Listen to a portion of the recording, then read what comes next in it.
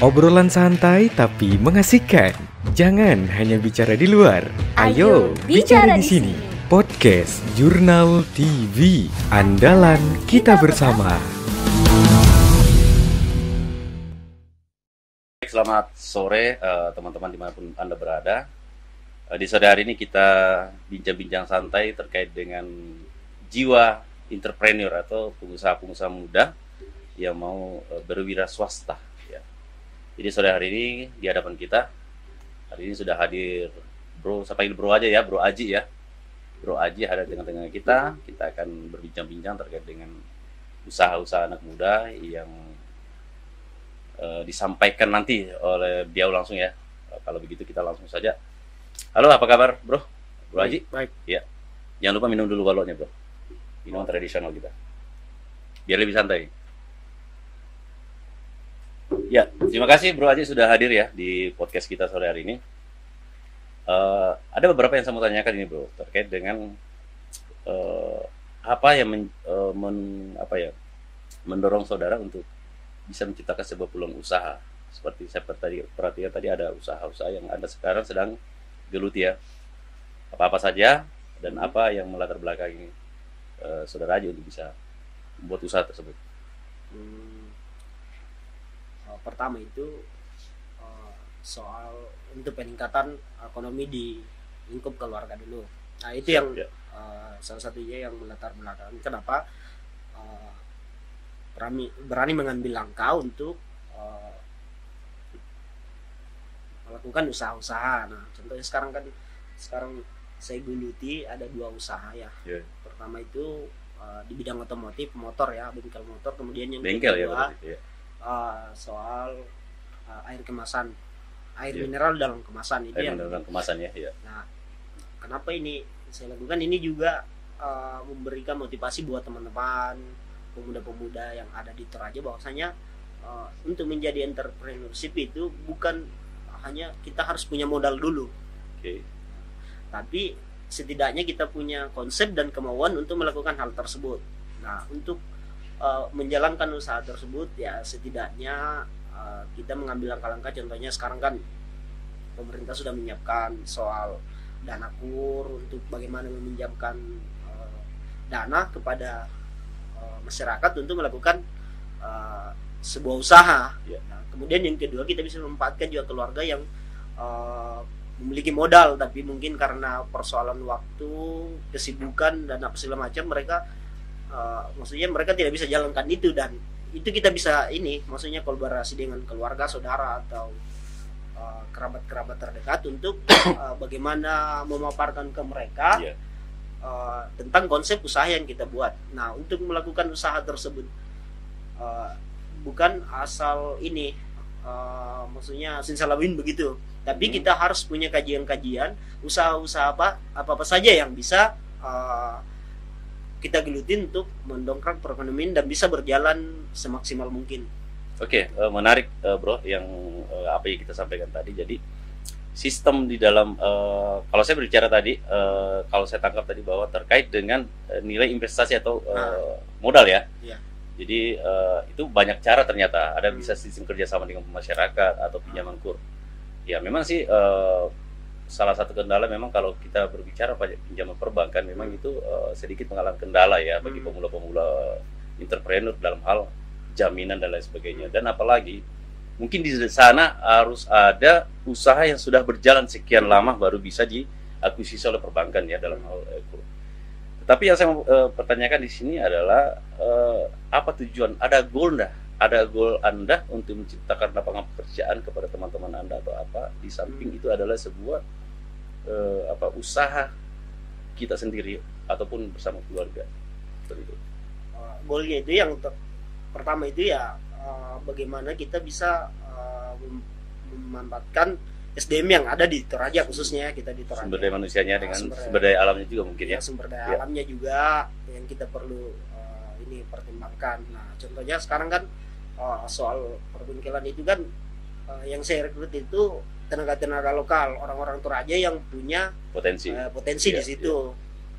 Kemudian yang kedua juga soal air mineral itu ya yang kita utamakan itu adalah warga-warga sekitar lokal meskipun itu tenaga kerja yang kita serap itu belum semaksimal mungkin, maksudnya ya bisa pelan-pelan untuk ya dilatih ya. 10 orang lah yang bisa kita ini. Iya. Nah, itu kenapa juga berani untuk maksudnya melakukan hal tersebut, membuka lapangan kerja, karena pengalaman ya kita orang Toraja itu kebanyakan itu jadi diaspora, jadi perantau. Nah sekarang kenapa sih kita tidak buka lapangan kerja juga khususnya di wilayah kita itu, sementara potensi dari sumber daya alamnya ada, sumber daya manusianya juga ini, kemudian hal-hal yang kita lakukan, usaha-usaha yang kita lakukan itu sebenarnya sebagai kebutuhan pokok lah masyarakat. Siap ya. Jadi bro, begini, memang kalau kita lihat ya, ternyata di daerah kita saja Toraja banyak potensi dari sumber daya alamnya yang harus kita gali dalam hal untuk dijadikan sebuah usaha sebenarnya. Yang penting di sana ada kemauan ya, kemauan dan keseriusan. Dan lebih menariknya lagi gini, sebuah usaha itu atau sebuah hobi, ketika dia menghasilkan itu lebih asik lagi ya kita jalankan. Nah, yang saya mau sampaikan di sini, begitu banyak sumber daya alam kita yang harus kita kelola lagi. Tapi itu memang membutuhkan sebuah pemikiran sedikit gila mungkin ya. Dalam artian menggali potensi apa sih yang harus kita kerjakan di kampung kita sendiri, di Toraja khususnya. Kita bicara Toraja Utara, bro. Nah, ya salah satu tadi itu bengkel, karena kan memang kebutuhan mekanikal kita di Toraja itu banyak ya, potensi-potensi dan sebagainya, sehingga kemudian juga air mineral kemasan ya itu suatu sekarang sudah menjadi kebutuhan ya. Di acara-acara Rambu Solo toh. Spontan secara apa sih namanya tadi? Secara instan ya. Jadi yang menarik juga di sini itu saya katakan tadi bahwa sumber daya alamnya itu yang ada di wilayah itu kita jadikan sebuah bisnis dan usaha. Nah, permodalan tadi itu jelas dari kita. Nah, memang itu adalah salah satu kendala yang memang harus kita terus galang kepada pemuda-pemuda kita di Toraja Utara. Ada mungkin mau disampaikan ke teman-teman yang mau berwirausaha swasta mungkin di Toraja Utara, mungkin disampaikan sepatah dua kata lah. Baik. Gitu, bro. Yang pertama itu yang intinya kemauan dulu ada. Kemauan ya. Kemudian harus ada konsep yang betul-betul ini untuk melakukan sesuatu. Jadi tidak asal membuat sebuah usaha itu, tapi kita harus melihat potensi dulu, seperti yang Bang Lumut tadi sampaikan ya, setidaknya sumber daya alam yang harus kita ini dulu lihat, kemudian kita bisa analisa bisa nggak ini bisa dijadikan sebuah usaha yang bisa menghasilkan. Itu yang penting. Dan kemudian yang kedua, untuk memulai sebuah usaha itu konsep ya harus ada, cuman kita tidak bisa terpaku di situ. Harus ada keberanian, harus ada sebuah motivasi untuk menjalankan usaha tersebut. Nah, contohnya permodalan tadi itu kan banyak cara untuk banyak sumber ya. Kita untuk melakukan itu.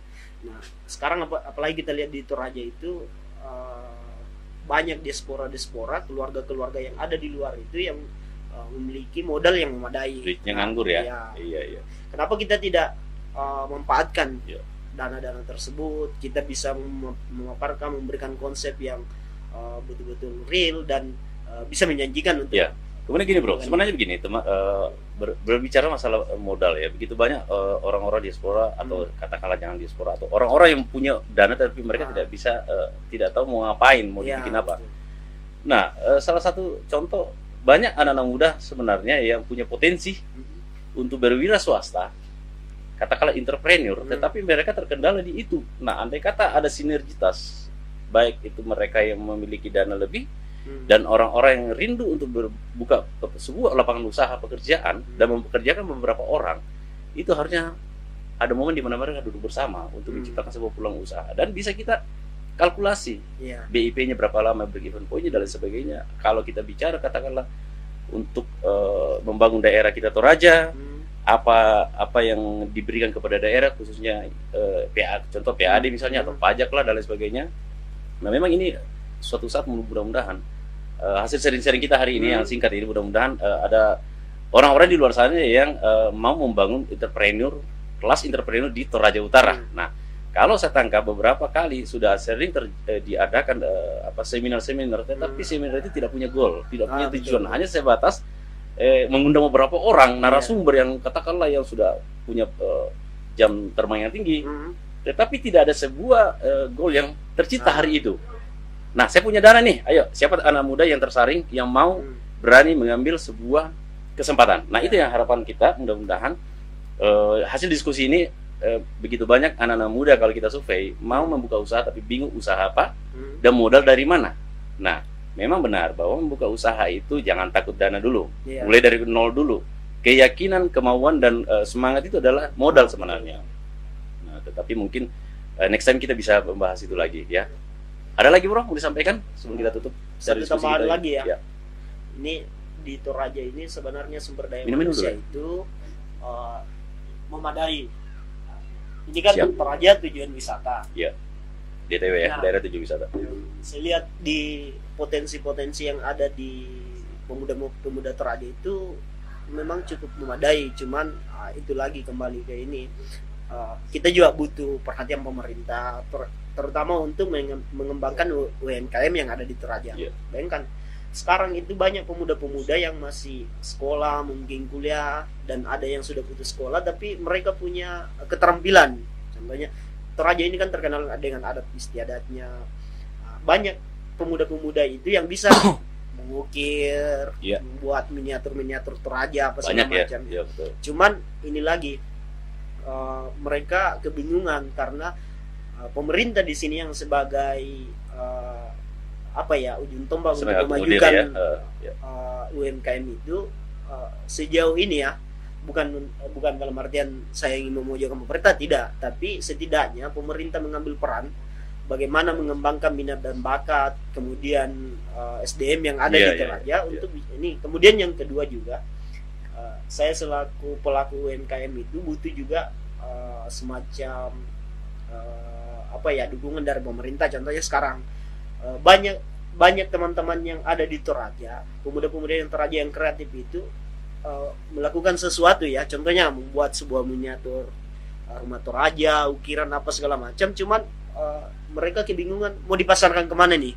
Nah, sementara di Toraja itu banyak pengusaha-pengusaha yang bisa mereka temani kerjasama. Contohnya dari daerah ini, contohnya Labo ya. Labo itu kan pengusaha terkenal parang. Siap. Cuman itu lagi harusnya pemerintah itu membuatkan sinergitas. Regulasi. Sinergi artinya regulasi, kemudian juga ada sistem marketing yang jelas. Karena selama ini pelatihan-pelatihan dilakukan itu tanpa arah. Oke. Karena waktu juga sudah selesai mungkin ya diskusi kita, nanti kita sambung lagi. Jadi itu saja di diskusi kita kali ini sore ini teman-teman. Jadi jangan takut untuk memulai usaha, nekat saja, gila saja, karena kita membutuhkan anak muda yang out of the box, berpikir spontanitas. Jangan berpikir dari mana dananya, tapi modal keinginan, kemauan, semangat adalah modal utama. Oke, baik, selamat sore. Next kita ketemu lagi di bincang-bincang entrepreneur berikutnya. Obrolan santai tapi mengasihkan. Jangan hanya bicara di luar. Ayo bicara di sini. Podcast Jurnal TV, andalan kita bersama.